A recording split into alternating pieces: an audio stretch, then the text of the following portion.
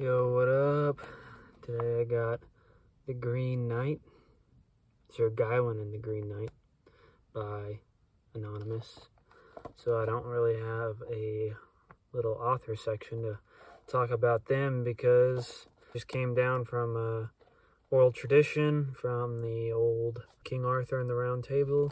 If you're like me, you probably saw the movie, which is probably why you clicked on this, because you wanted to understand it more. Because I watched it not having read this, was pretty confused. Obviously it's beautifully shot, beautifully acted. A24 doesn't really put out anything bad.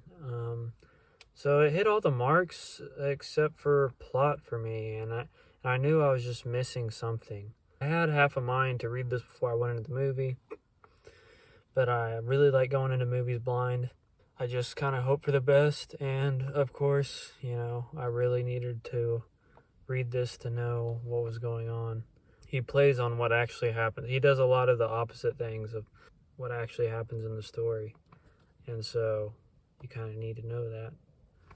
I have these LEDs, and I turned them on, and it was already on green, so it worked out, and so now I have a nice green atmosphere to talk about the Green Knight. So what is this about? I mean, if you've seen the movie, you pretty much get the gist.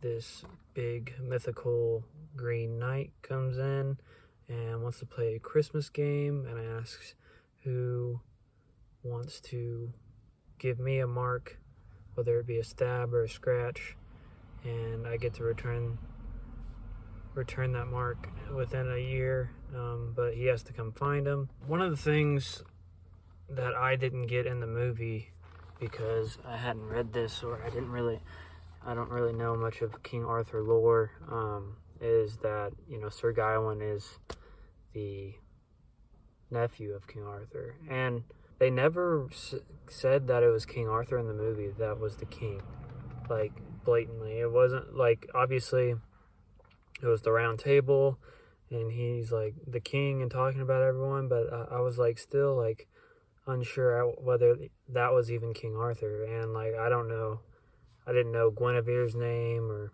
probably know the least amount when it comes to like old myths and stuff like that. That's always been hard for me to get into. I like the idea of them, but then once I actually start reading them, I just eyes glaze over. I don't know, but it's definitely, I bought a book about Western oral tradition that I found that I'm excited to get to, that I'm hoping will help me warm me up to the style and get me into it, because I still need to read like the Iliad, the Odyssey, all the big ones that I was supposed to read in college but didn't, because I just didn't want to. It's pretty much the same as the movie, except he like makes the wrong decisions in the movies than he does in this. And also, I was hoping that this was going to give me more from when he like leaves to when he gets to the castle with the other king and his wife. I thought there was going to be a lot more in between. That's the main reason I wanted to read it, because I really wanted to get the world exploration, how he gets there, because that's what I was most excited about, was him like actually taking the journey.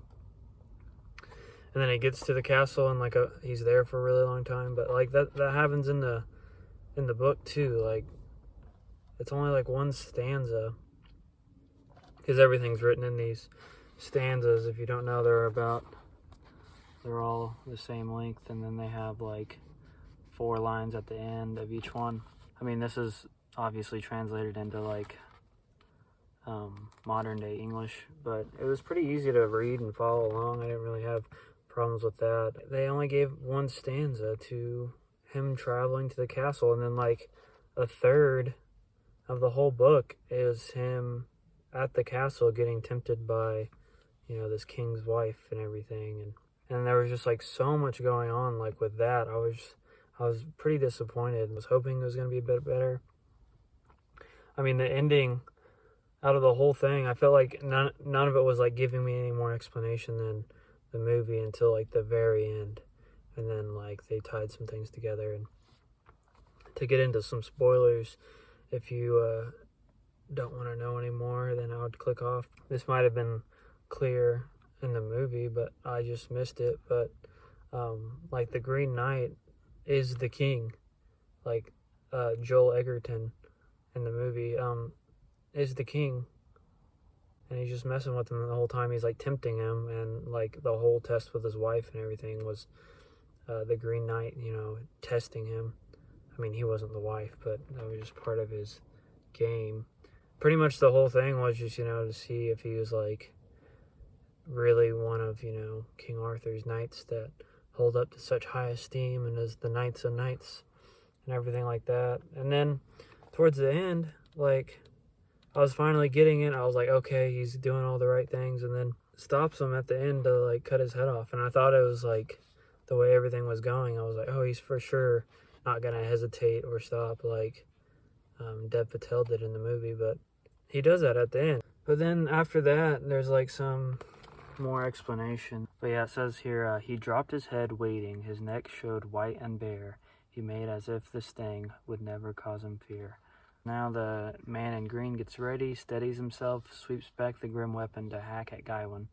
He flourishes it with all the force of his big body and brings down a dreadful blow as if to destroy him.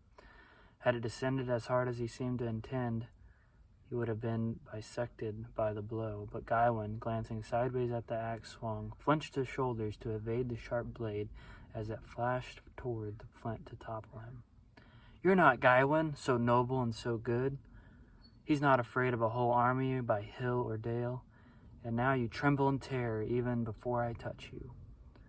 I haven't even touched you and you're trembling. It's clear I'm the better man here.